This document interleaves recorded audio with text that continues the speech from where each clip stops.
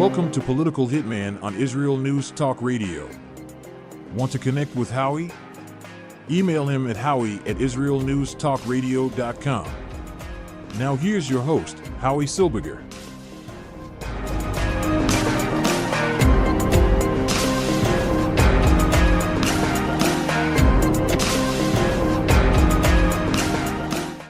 And welcome to Political Hitman here on Israel News Talk Radio. My name is Howie Silberger, and welcome to another season of Political Hitman right here on Israel News Talk Radio. I want to thank Tamar Yona and Israel News Talk Radio for giving me the opportunity to be on the air. No matter how sporadically I show up, it should be a little more constant this season. So I want to thank you all for your patience. I want to thank you all for tuning in, and I want to thank you all for listening to Political Hitman here on Israel News Talk Radio. Once again, thank you, Tamar, and the Israel News Talk Radio team for allowing me the opportunity and the privilege of being here on Israel News Talk Radio. So it looks like the Iranian regime is about to fall. We've seen this before where it looked like the Iranian regime was about to fall and then they cracked down and then suddenly they didn't fall. So I won't count my chickens before they hatch. I won't rely on what it appears to be until it is. But the falling of the Iranian regime would not be a horrific thing for the world.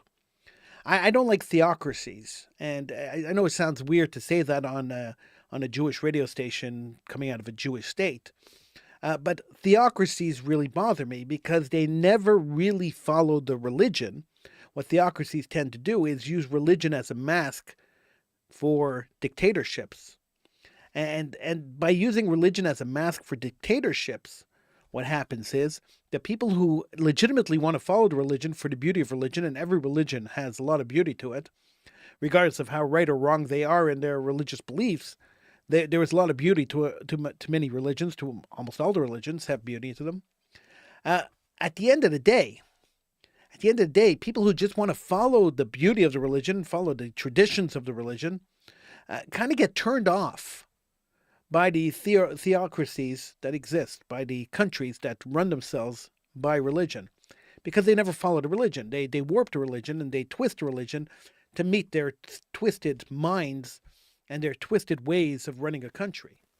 So Iran was a secular country for many, many years before the Ayatollah Khomeini deposed of the Shah of Iran and took over the country and turned it into a Muslim religious country.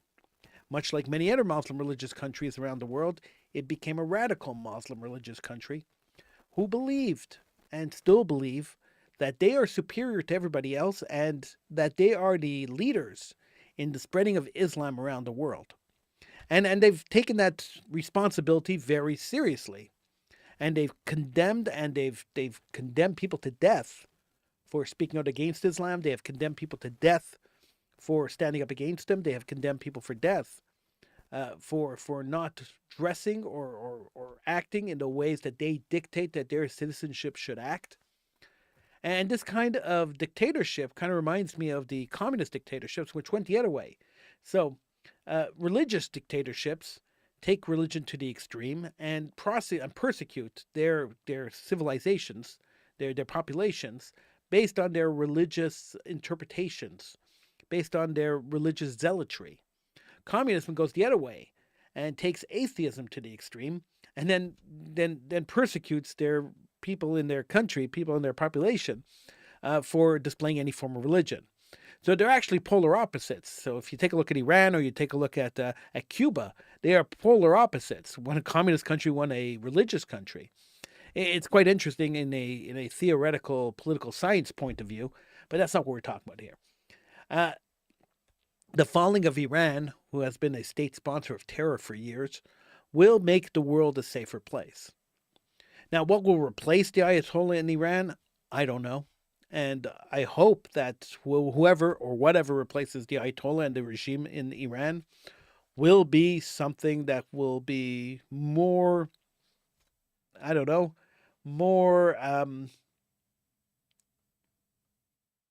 trying to find a word because I'm not sure what word I should use there. I guess the word compatible would work in that sentence. Something that would be more compatible with Western values, or at least with human values. and that people of Iran would not be prosecuted and persecuted the way they have been, and that world terror would kind of die down, and that there would not be state sponsors of terror organizations in the Middle East, and that might calm the Middle East situation a little bit. So I'm thinking that there's a lot of different values to the Iranian regime falling, but I want to hold my breath until it actually happens. So I'm really hoping that the Iranian regime falls. I think that would be the best thing for the world, but there's no guarantee that it will. Now, you take a look at the different things Iran has done over the years, and it's baffling to understand how they're still members of the United Nations, how they're still a respected country in the world, how the world hasn't turned against them. But even more frustrating is how the so-called freedom fighters, so-called liberators, so-called people who human rights activists, that's what they call themselves, the ones who stand on the street corners screaming at people around the world, the ones who gather tens of thousands in the streets, hoisting the flags of terror organizations and yelling for their vindication and their victory.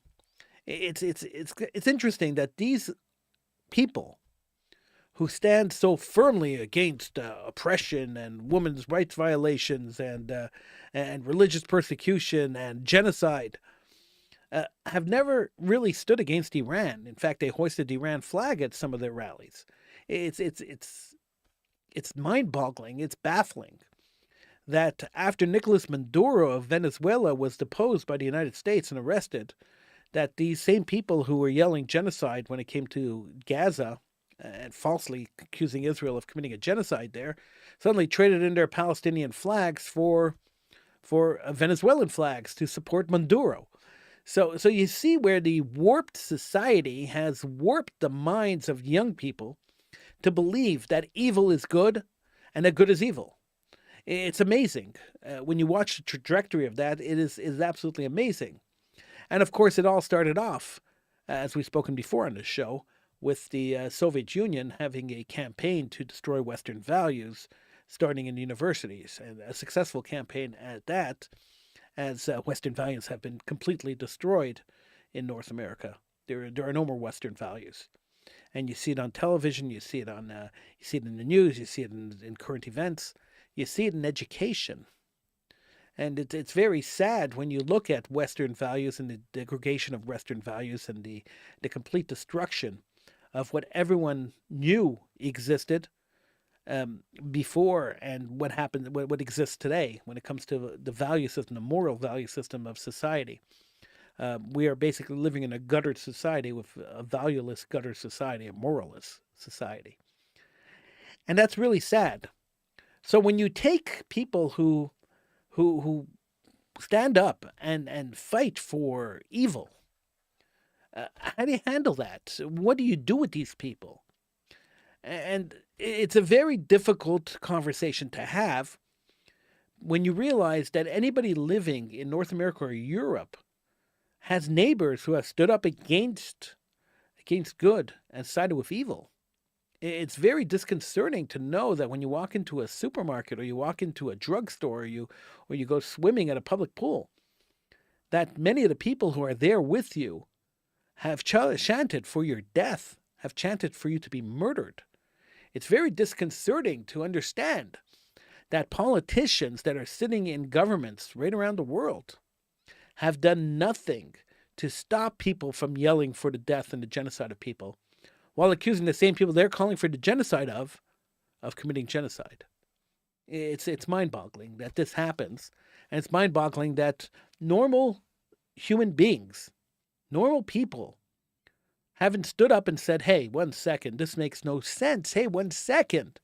We can't tolerate this in our streets. This has not happened. There has not been a moral uprising. And that only leads me to believe that morality is dead, that the morality living in people is dead, that it doesn't exist anymore. And therefore, people don't know that they could stand up and they could oppose this immorality. People don't know that they could get up and they could oppose evil as it stands in their streets. So good people stay home and do nothing, and bad people get out in the street and start screaming and yelling.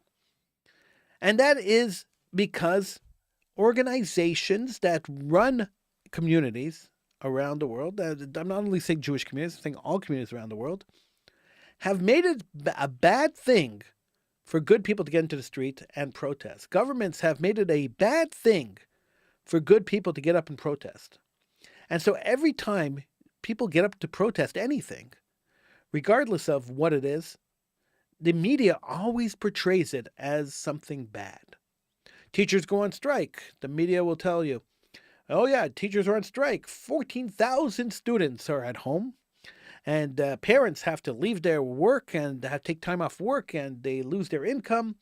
And how could the society go on if parents aren't working? Who's going to pay for the food and the diapers and so on and so on? But nobody will talk about the grueling work hours that teachers have to go through and the low pay that teachers receive, the abnormally and sickeningly low pay that teachers receive in schools. Nobody will talk about that. So it looks like the teachers are the bad guys, keeping the kids out, stealing the children's education, when they're just fighting for better compensation for the amount of hours they have to put into a job, a thankless job. So when we look at the world and how the world reports news, you realize that news has a huge influence. They say people don't watch television anymore, but the news still has a huge influence. Social media too. I have made the argument, and I will continue to make the argument, that social media has destroyed society. That society is completely the way it is, moralist, gutless, stupid, mainly because of social media. Social media has destroyed the dissemination of news. Social media has destroyed the concept of a conversation or an argument or a debate. Social media has destroyed it all. And it's very unfortunate because they did it on purpose. You can watch countless documentaries that will tell you that the founders of social media knew what they were doing, had psychologists working for them, psychiatrists and psychologists working for them, to make social media as addictive as it is, and to help them lead society in the direction they want to lead society. So, when social media banned certain talk, and they did that for a long time, where you couldn't post certain things on social media, Facebook, Twitter, X, whatever you want to call it, whatever social media platform you use, they were banning people and banning ideas, banning thoughts. The thought police were out there. They called them fact checkers. It wasn't really fact checking. It was ideological checking. So when these ideological checkers were out there checking ideology and banning anything that didn't match the ideology of the platform, a whole segment of ideas, a whole segment of arguments disappeared. And suddenly it became illegal in the social media world to argue with somebody if you disagreed with them. It was my way or the highway. How many times, think about it in your own life, how many times did you post something and then somebody unfriended you because you posted an idea they didn't like, or you made an argument they didn't like, or you posted a picture they didn't like? How many times have you been unfriended in real life where people stopped talking to you because you supported a certain politician, or you made some statement saying that politician was no good, or you made some statement saying that you really didn't like something a country did or something somebody else did?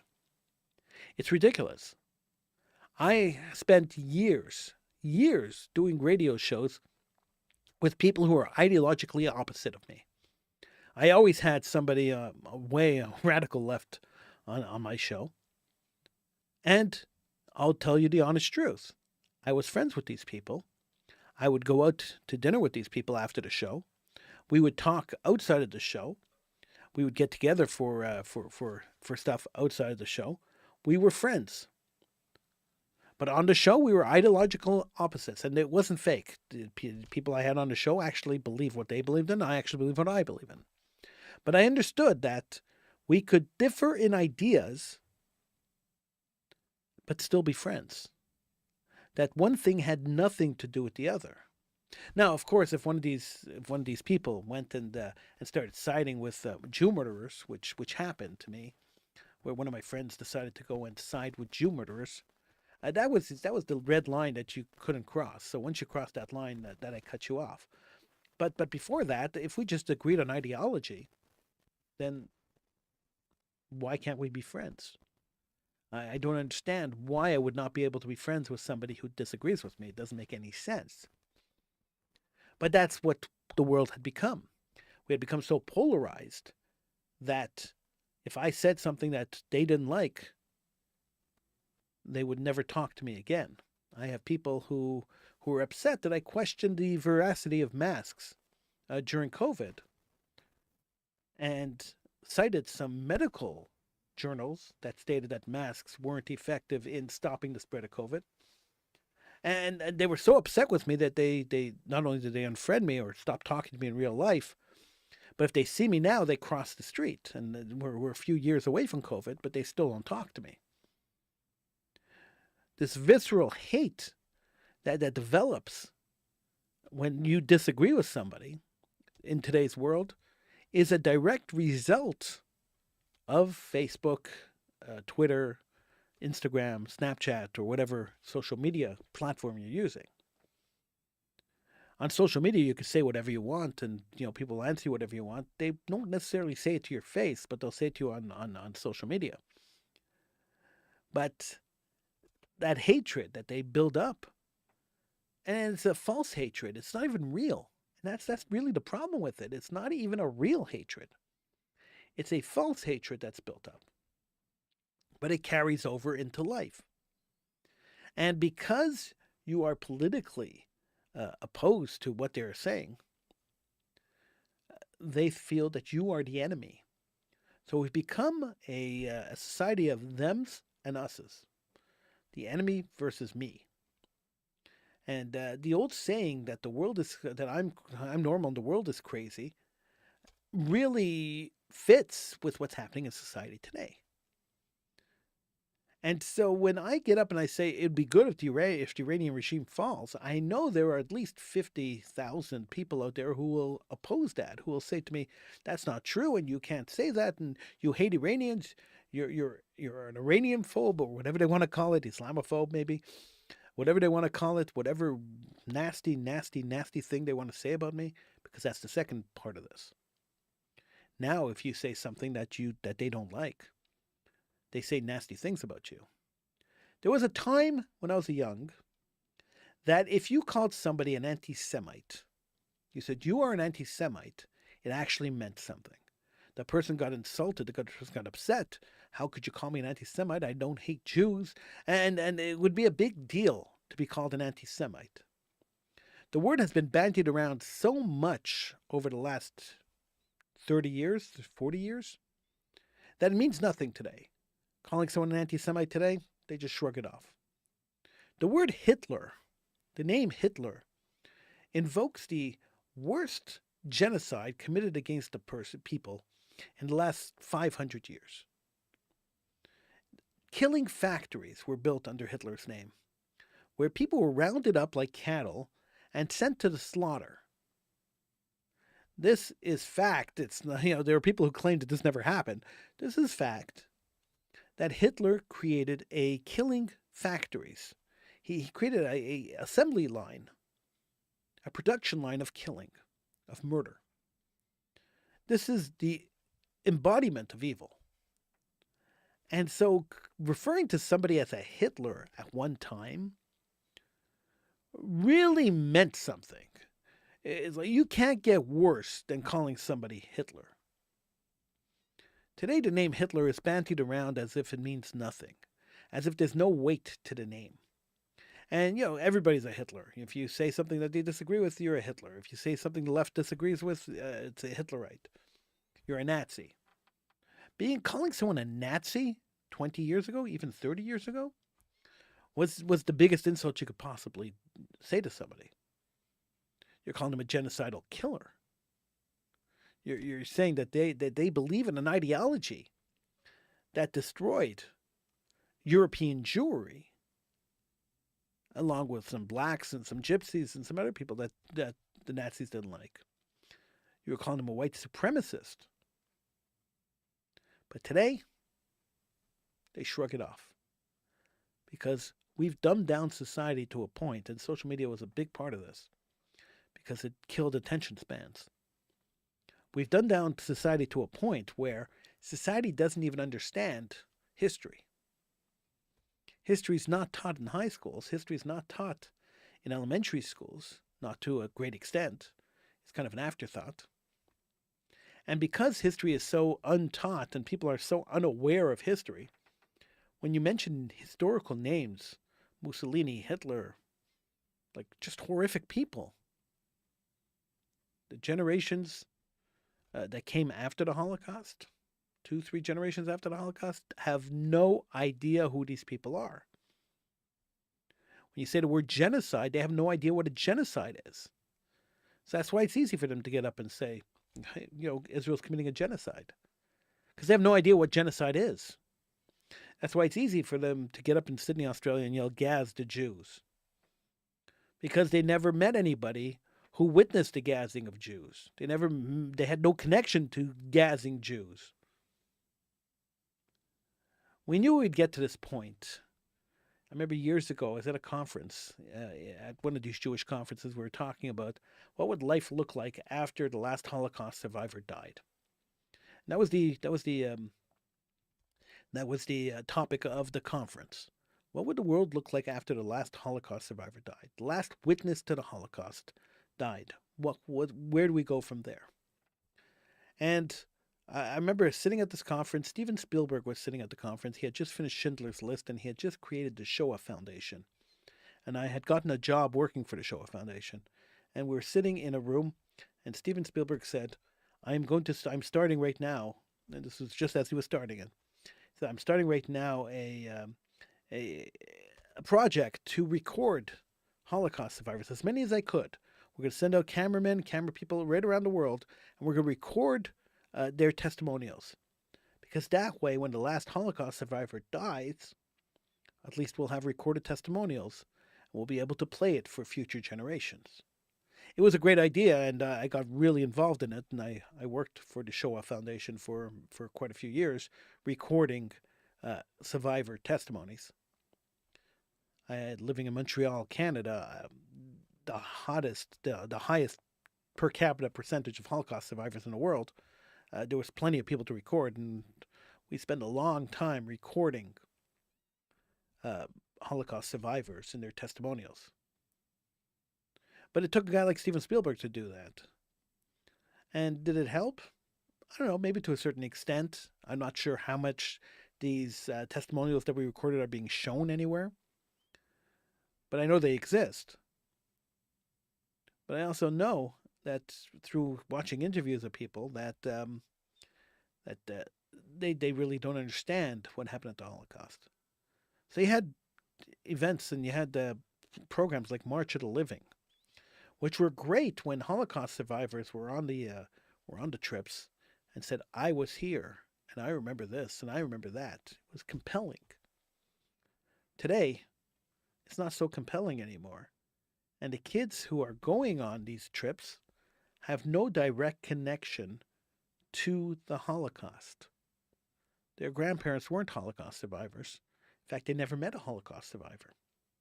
So walking into the camp, walking into a death camp, walking into Majdanek or walking into Auschwitz is no more emotional than walking into a Holocaust museum or walking into a Museum of Fine Arts. Remember a few years ago, I interviewed a young man, a 17-year-old, who had just come back from the March of the Living. And his parents and grandparents didn't suffer through the Holocaust. They had escaped Europe years before the Holocaust happened.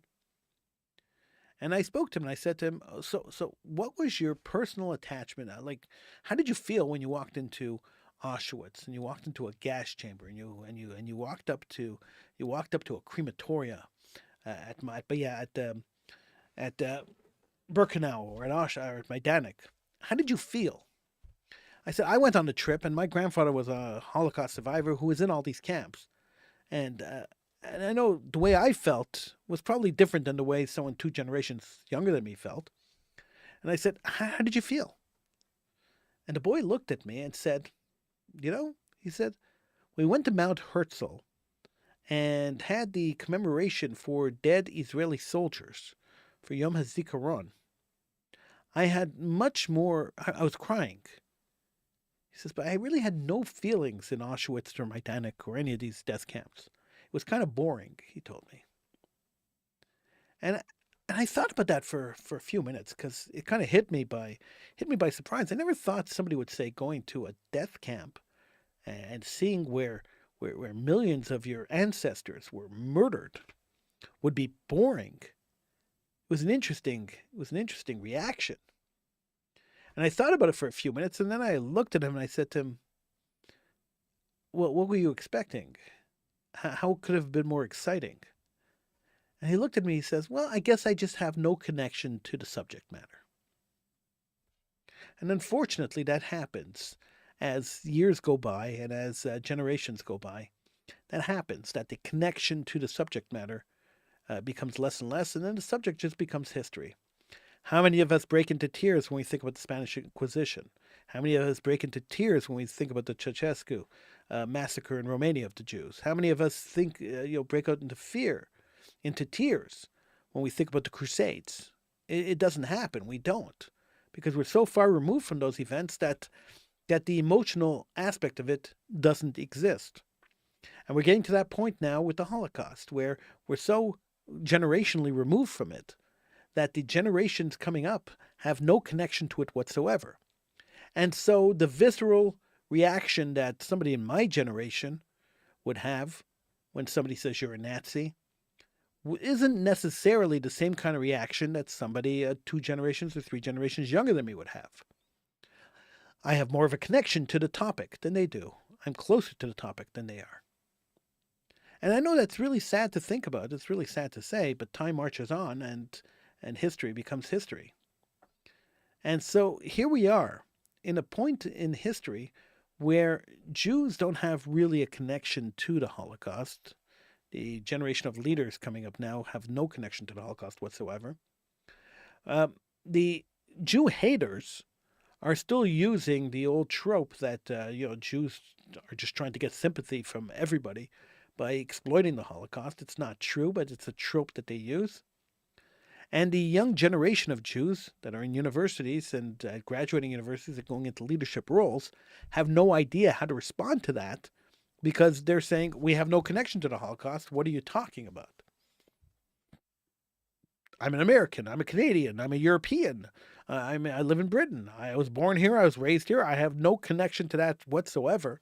What are you talking about? My support of Israel is because I think that we should have a Jewish state. Has nothing to do with the Holocaust. Has nothing to do with the Balfour Declaration. That was over 100 years ago. Who cares about that? What I care about is that we're being persecuted. Why shouldn't we have a Jewish state? The Muslims have Muslim states. Why can't the Jews have a Jewish state? Shouldn't there be equality for all? That is the attitude today. And so it's very difficult to train people or to even talk to people about supporting Israel, about being part of Israel, about defending Israel on campus, when the argument is, why shouldn't we have Israel? Israel exists because Israel exists. And it drives me crazy. Something else that really drives me crazy. I know I'm spending the whole show talking about things that drive me crazy, but it's okay. Sometimes we do this. Another thing that really drives me nuts is when the argument starts with the question, does Israel have the right to exist? That should be a given anytime you argue about Israel. It's a no-starter for me. So if somebody wants to debate me about Israel and Israeli policy, well, we could talk about Israeli policy from today till doomsday. I have no problem criticizing the state of Israel. I have no problem criticizing the government, the state of Israel. I've said many times that I think Bibi Netanyahu is time for him to go, that he's outlived his welcome not outlived his welcome, but outlived his usefulness as Prime Minister of the State of Israel. I've said this 100 times on this show. I have no issue at all criticizing the state of Israel, but I will not engage in a conversation which is predicated on the question if Israel has a right to exist. That is a non-starter for me. And the reason it's a non-starter for me is because you don't start a conversation or a debate uh, with with an underhanded question like that. Does Israel have a right to exist? Of course it does. Like every other country in the world. Israel is recognized by the United Nations. Israel is declared a state like every other country in the world. There is no reason why Israel has no right to exist. Now, we want to talk about occupied territories. We can talk about occupied territories all you want. Now, anybody who does a little bit of research will know that the San Marino Conference of the League of Nations declared that all of the Mandate of Palestine, which they created, was slated to become a Jewish state. It was just put into British guardianship until the Jews could get their act together and create a Jewish state there. We all know that that's what the resolution was when the Mandate of Palestine was created. And so, who's occupying whose land is the question. Because the United Nations, when it was formed just after World War II, adopted all the resolutions of the League of Nations, including the resolution that said that all of the Mandate of Palestine, which includes what's now Jordan and part of Syria, was slated to be a Jewish state. So if the League of Nations said and adopted it, and the United Nations adopted all the resolutions as is from the League of Nations, then who's occupying whose land? There's a question. A question nobody ever asks, but a question nonetheless. So, there's a lot of different questions you could ask, a lot of different things you could say when it comes to arguing about the state of Israel. But the one thing you can't argue is the legitimacy of the creation of the state of Israel. That's not up for argument. Just how much of Israel is actually Israel is up for argument. So you understand, but in order to be able to make those arguments, you have to understand history. You have to know history a little bit. You have to know that the San Remo Conference happened. You have to know the League of Nations passed a resolution. You have to know that the United Nations adopted those resolutions. If you don't know that, there is no way you could have an argument or even have a thoughtful discussion about the legitimacy of the state of Israel. So it goes back to the fact that education has been dumbed down, and the left has really killed any historical education of Israel, about Israel's history, about the politics behind Israel's history, and they killed it because it goes directly against their political point of view. I remember I was hired one year or a couple of years to teach Israel advocacy at a high school. And I went into the high school and I said, listen, I started the course off with, listen, I am teaching you Israel advocacy. I'm not teaching you Palestinian advocacy. I'm not teaching you Arab advocacy. I'm teaching you Israel advocacy. Therefore, I don't care what the other opinion is. I don't care what anyone else is saying. I'm going to teach you the history of Israel, and I'm going to teach you how to defend Israel.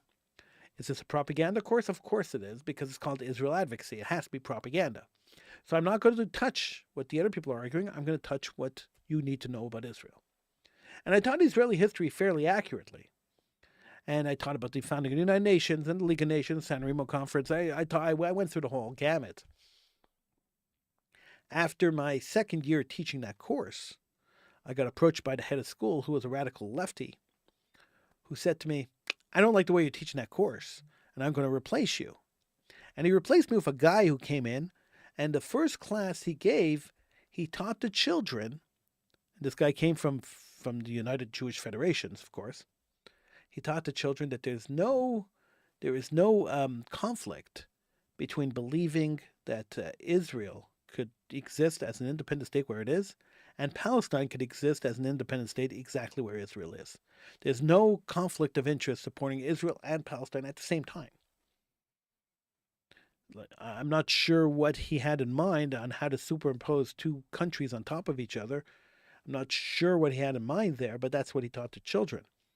And the reason I know he taught the children that is because they came to me. I still worked in the school. I was just doing other things. They came to me and they asked me if I could explain it to them because they had no idea. And if they challenged the teacher or asked the teacher for an explanation, the teacher told them, if you want to fight with me, then you are out of my class. You're going to the office. Because, of course, it's my way or the highway. My opinions are the only opinions that matter. Lefties. And so the children were awfully confused. I was awfully confused. I had no idea what he was teaching them. And he went on, and that was the genesis of the course, was that the two countries could exist simultaneously on the same land, and there's no conflict at all.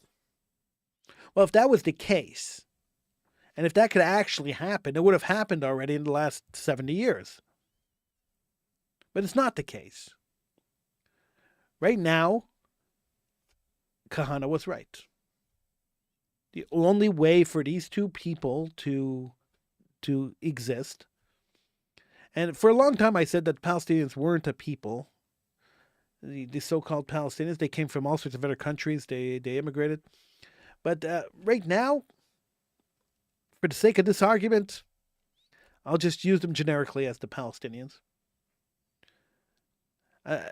For the Palestinians living under the Palestinian Authority, to coexist with Israel is virtually impossible.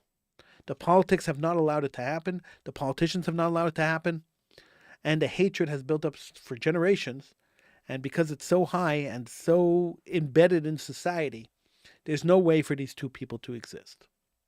So the only way for this to resolve itself is the complete separation of Jews and Arabs. They can't live together. So I have no issue with that at all. Create an Arab country, build a wall between the Jewish and the Arab country. Don't allow anyone to cross the wall, not even for labor. Let Jews do their own work and let Arabs do their own work, and don't do any trade with each other. Don't do any work. There's no labor coming in. Nothing. Just complete break, separation between the two countries, and then there could be peace. Build a Berlin Wall and have guards on top of the wall and let them shoot anybody who tries to cross. Then I guarantee there'll be peace. But until that happens, until people realize that this is a religious war, it's not a land war, and that the only way to solve this religious war is to separate the religions, there's always going to be fighting, there's always going to be strife. Now, I know a lot of people don't agree with this, and a lot of people are going to email me, howie@israelnewstalkradio.com. A lot of people are going to email me and tell me I'm crazy and that my view on the situation is nuts. I know that's going to happen. But I'm good with that. That's why I have an opinion show. And that's why you could email me, howie@israelnewstalkradio.com. I'm Howie Zilberger. Thank you so much for joining me. I will be back next week with another episode of Political Hitman here on Israel News Talk Radio. Have a great one.